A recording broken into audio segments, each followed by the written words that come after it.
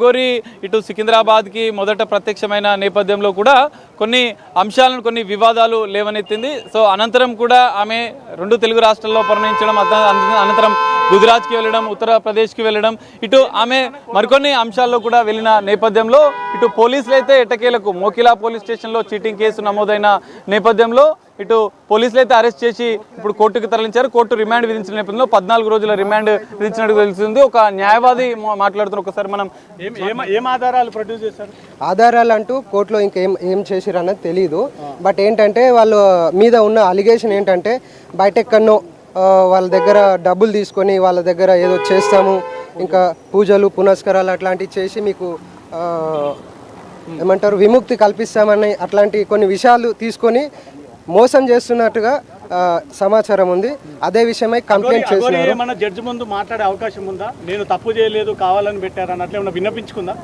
అలాంటి ఏం లేదండి. తన ముఖంలో ఏ మాత్రం కూడా అట్లాంటి ప్రస్తావనే కనబడలేదు.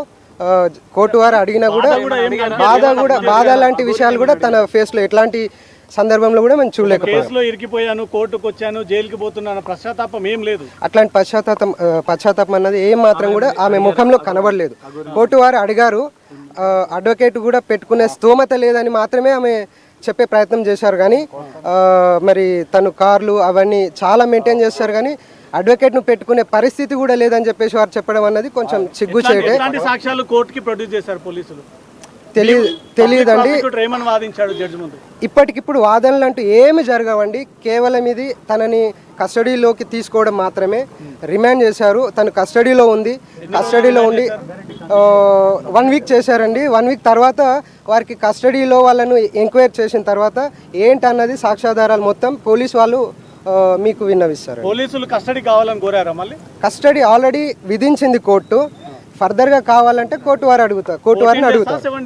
7 డేస్ ఇచ్చారు. 7 డేస్ రిమాండ్ ఇచ్చారు. మళ్ళీ కస్టడీకి తీసుకునే ఛాన్స్ ఉంది. ఖచ్చితంగా అది పోలీస్ వాళ్ళ మీద ఆధారపడి ఉంటుంది. పోలీస్ వాళ్ళు ఫర్దర్ గా ఇంకా వాళ్ళకి ఇన్వెస్టిగేషన్ అవసరం ఉంది అనుకుంటే అడుగుతారు.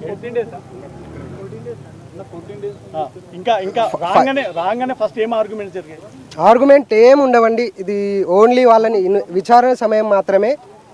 కేవలం విచారించడానికి పోలీసు వాళ్ళు తీసుకునే అవకాశం మాత్రమే, కానీ ఎట్లాంటి ఆర్గ్యుమెంట్లు కానీ సాక్ష్యాధారాలు కూడా ఇప్పుడు కోర్టుకి ఇప్పటికిప్పుడు సమర్పించే యోచన ఉండదు. విషయాల్లో న్యాయ వ్యవస్థ ఇలాంటి వారికి సహకరిస్తుందా? వీళ్ళ పట్ల కేసు వీళ్ళు విచారిస్తాము, మేము ముందుకు వస్తాము ఈమె తరపున అంటూ మీరేమన్నా డిసిజన్ తీసుకుంటారా? కోర్టు వారే తనకి లాయర్ని అలాట్ చేశారండి. పబ్లిక్ ప్రాసిక్యూటర్ ఎవరైతే ఉన్నారో లీగల్ అసిస్టెంట్ని అపాయింట్ చేశారు.